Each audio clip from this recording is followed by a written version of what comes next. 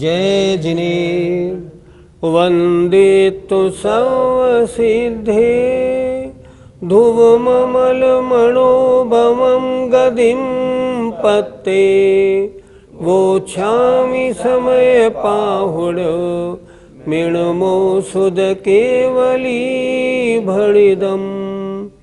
पंच परमेष्ठी भगवान की जय। आश्रव अधिकार पूरा हो गया पिछली ज्ञानशाला में। अब आज शुरू हो रहा है संवर अधिकार। संवर में मुख्य बिंदु क्या है? भेद ज्ञान। भेद ज्ञान का मतलब मैं कौन हूँ और मुझसे भिन्न कौन है। मैं अपने को क्या समझूं और किसको अपने से पर मानूं। जब तक भेद विज्ञान नहीं होगा तब तक संवर का काम नहीं। क्यों? भेद विज्ञान रहित आत्मा मिथ्या दृष्टि होता है। इसलिए भेद विज्ञान पहली चीज़ है। अब भेद विज्ञान क्या है ये आचार्य आज 3 गाथाओं में बताएंगे। आज हम 3 गाथा करेंगे क्योंकि तीनों गाथा एक साथ हैं, 188, 189, 190। आइए 188 गाथा प्रारंभ करते हैं। उबओगे उबओगो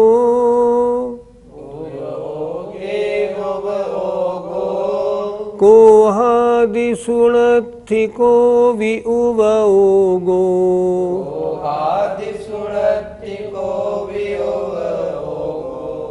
कोहे को हो चेवही उबओगेणत्थि खलु को हो। बोलो उबओगे उबओगो कोहादि सुणत्थि को भी उबओगो कोहे को हो चेवही उबओगेणत्थि खलु को हो। उबओगे उबओगो कोहादि सुणत्थि को भी उबओगो कोहे को हो चेवही उबओगेणत्थि खलु को हो। उबओगे उपयोग में है, उबओगो उपयोग। कुहादिषु क्रोध आदि में णत्थि नहीं है, को भी उबओगो कोई भी उपयोग। क्या कह रहे हैं? उपयोग में उपयोग है, क्रोध आदि में कोई उपयोग नहीं है। कोहे को हो चेवही क्रोध में ही है, क्रोध में क्रोध ही है। उबओगे उपयोग में णत्थि नहीं है, निश्चय से को हो क्रोध। ये समझना है मैं आत्मा हूँ, मेरी आत्मा में उपयोग है, क्रोध नहीं। क्रोध मेरी आत्मा का स्वभाव नहीं, क्रोध में मेरी आत्मा का स्वभाव नहीं, तो जानना देखना उपयोग भी नहीं। क्रोध में क्रोध है पर क्रोध में उपयोग नहीं है। बहुत अच्छी तरह समझा रहे हैं। फिर देखें, उबओगे उबओगो उपयोग में उपयोग है। कोहादिषु क्रोध आदि में को भी उबओगो णत्थि कोई उपयोग नहीं है। कोहे को हो चेवही क्रोध में क्रोध ही है। उबओगे उपयोग में खलु माने निश्चय से को हो क्रोध नहीं है। अर्थात मुझ में क्रोध नहीं, क्रोध में मैं नहीं। आइए भावार्थ देखते हैं। उपयोग में उपयोग है, क्रोध आदि में कोई भी उपयोग नहीं है। और क्रोध में ही क्रोध है, निश्चय ही उपयोग में क्रोध नहीं है। इसका पद्यानुवाद देखिए। शुद्धात्म में नियम से उपयोग भाता क्रोधादि में न भाता। वो क्रोध क्रोध भर में उपयोग में ना।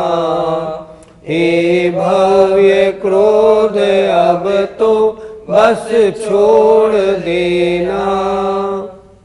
अंतिम पंक्ति कितनी सुंदर है। हे भव्य जीव, क्रोध में उपयोग नहीं, इसलिए क्रोध को छोड़ दो। क्या मतलब? क्रोध तुम्हारा स्वभाव नहीं है, तुम उपयोगी ज्ञाता दृष्टा स्वभावी हो। क्रोध को छोड़ दो, अपने स्वभाव में रह आओ। अगली गाथा देखें 189। अठव्यापेकम में, अठव्यापेकम में, लोकम में चाविड़ति उवोगो।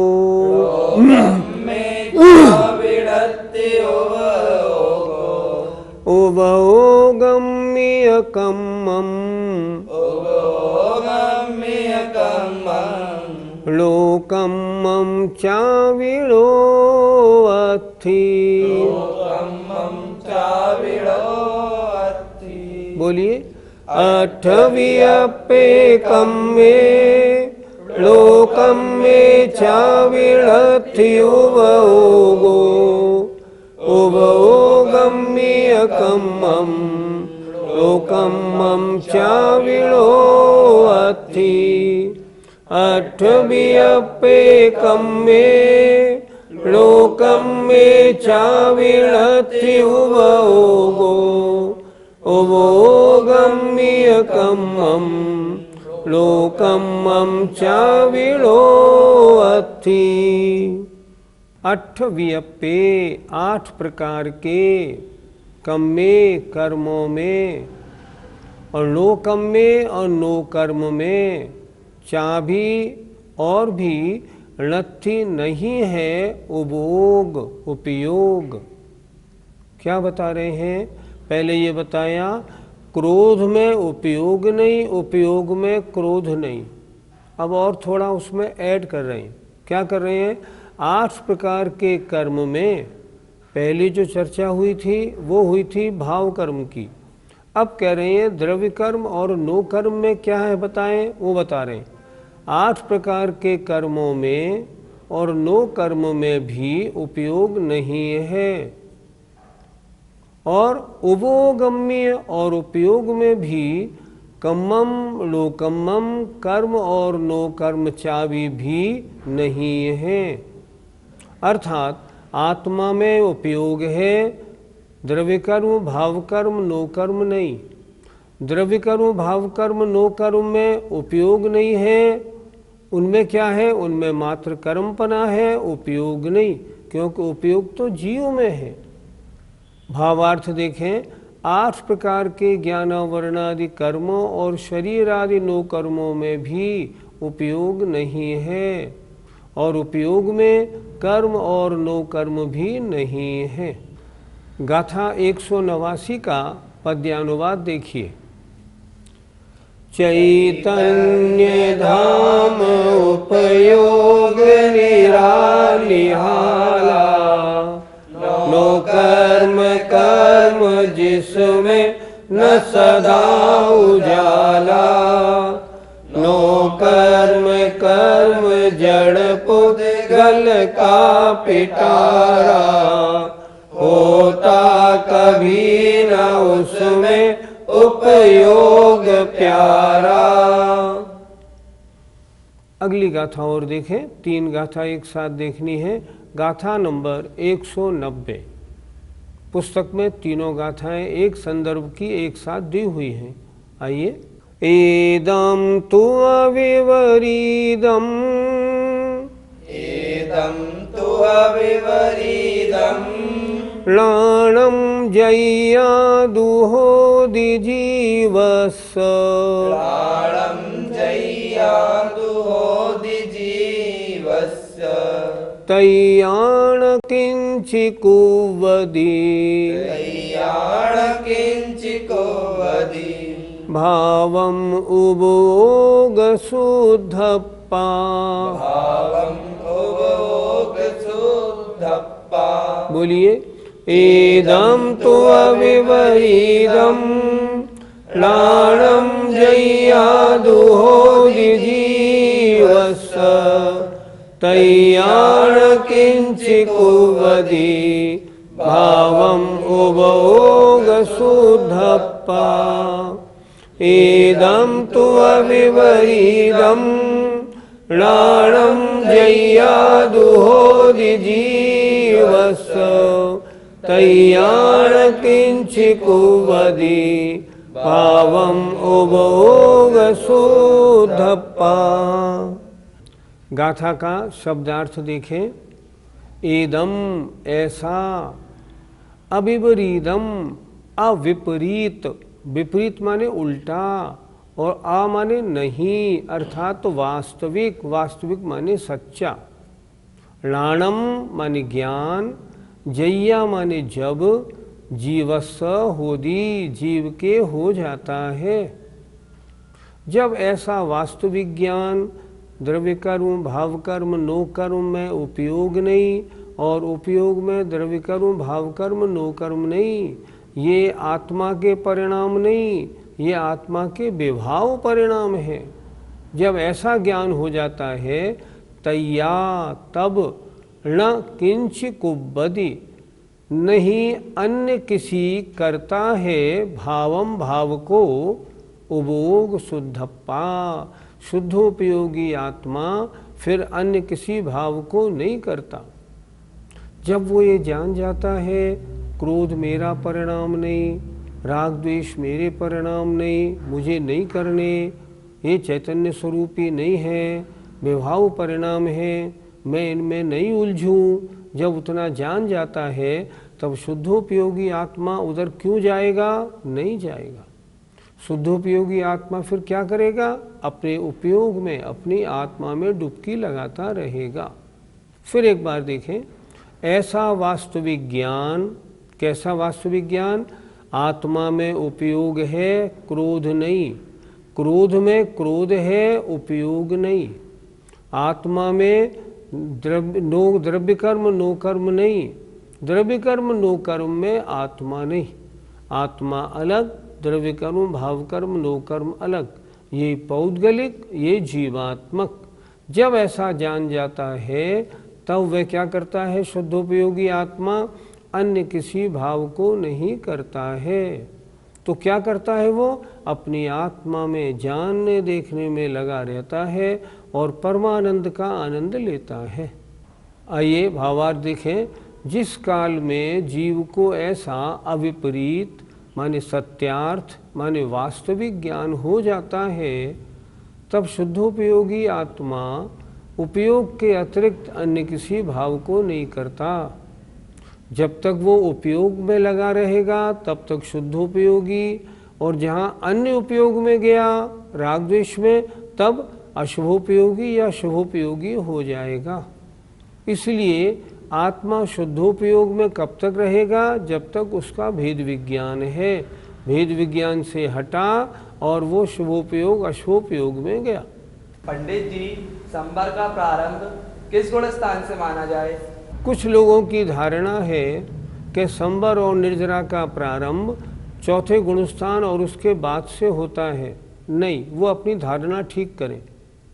संवर का प्रारंभ दूसरे गुणस्थान से होता है। कैसे होता है?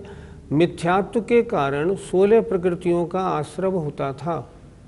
जब वह आत्मा दूसरे गुणस्थान में आई और मिथ्यात्व उसके नहीं है तब दूसरे गुणस्थान में उसके 16 प्रकृति का संवर है। पहले से आत्मा दूसरे में कभी नहीं आती, पहले से चौथे में जाएगी, चौथे से फिर दूसरे में आती है। तो जब दूसरे में आती है तो मिथ्यात्व के कारण होने वाले 16 प्रकृतियों का आश्रव रुकता है, संवर होता है। सम्यक दृष्टि के मिथ्यात्व के कारण होने वाली 16 प्रकृति संबंधी आश्रव रुका, संवर हुआ। अच्छा, अनंतानुबंधी कषाय दूसरे गुणस्थान में है, चौथे गुणस्थान में नहीं, तो दूसरे गुणस्थान वाली अनंतानुबंधी के कारण होने वाली 25 प्रकृतियों का आश्रव रुका। तो चौथे गुणस्थान में 16 मिथ्यात्व के कारण वाली, 25 अनंतानुबंधी के कारण वाली 41 प्रकृतियों का संबर चौथे गुण स्थान में होता है। लेकिन यहाँ जो चर्चा हो रही है वो तो उन मुनि महाराज की है जिनके कर्म बंद होता ही नहीं टोटल। ये ऐसे मुनि महाराज कौन से होंगे? शुद्धोपयोगी मुनि महाराज। इनका गुणस्थान कौन सा होगा? 7वां और 7वें से ऊपर वाला। 7 से 12 तक शुद्धोपयोग होता है, तो 7वें गुणस्थान से 12वें गुणस्थान तक जो मुनि महाराज होते हैं वे मुनि महाराज किसी भी कर्म का आश्रव बंद नहीं करते। द्रव्यान योग की दृष्टि है, किसी भी कर्म का आश्रव बंद नहीं करते, उनके पूर्ण संवर होता है। यहाँ क्या कहना है आचार्य को? जब तक आत्मा शुभोपयोग और अशुभोपयोग में है तब तक आश्रव बंद है, और जब शुद्धोपयोग में है ना आश्रव है ना बंद है। करणान योग से मिलाएंगे तो क्या होगा? शुद्धोपयोग में भी आश्रव तो है, पर वह आश्रव अत्यंत कम स्थिति अनुभाग वाला होने से कार्यकारी नहीं होता। द्रव्यान योग में उसको नहीं गिना जाता। तो वैसे आश्रव बंद होता कहाँ तक है? 13वें गुणस्थान तक होता है, उसकी बात अलग है। पर यहाँ संवर का प्रारंभ कब होता है? जीव को भेद विज्ञान हुआ और संवर हुआ। आज की 3 गाथाओं का निष्कर्ष क्या निकला? हम अपने जीवन में उतारे क्या? हम ये उतारें, मैं आत्मा हूँ, जानना देखना मेरा उपयोग है। क्रोध मान माया लोभ में फंसना, वेद कषायों में फंसना, ये मेरा उपयोग नहीं, इनमें उपयोग नहीं है, मेरा काम नहीं, ये मेरे स्वभाव नहीं, ये विभाव है। तो मैं क्या करूं? जितना बने उतना, जैसे बने वैसा इन विभावों से हटूं और स्वभाव में आऊं। और पूर्ण अवस्था जब शुद्धोपयोग की होगी तभी मेरे पूर्ण संवर होगा। गाथा 190 का पद्यानुवाद देखें। ऐसा जिसे अविपरीत विबोध होता, सारी प्रवृत्ति तजता मन मैल धोता, शुद्धोपयोग सर में डुबकी लगाता, योगी वही नित उसे सिर में नवाता। कितना अच्छा लिखा है।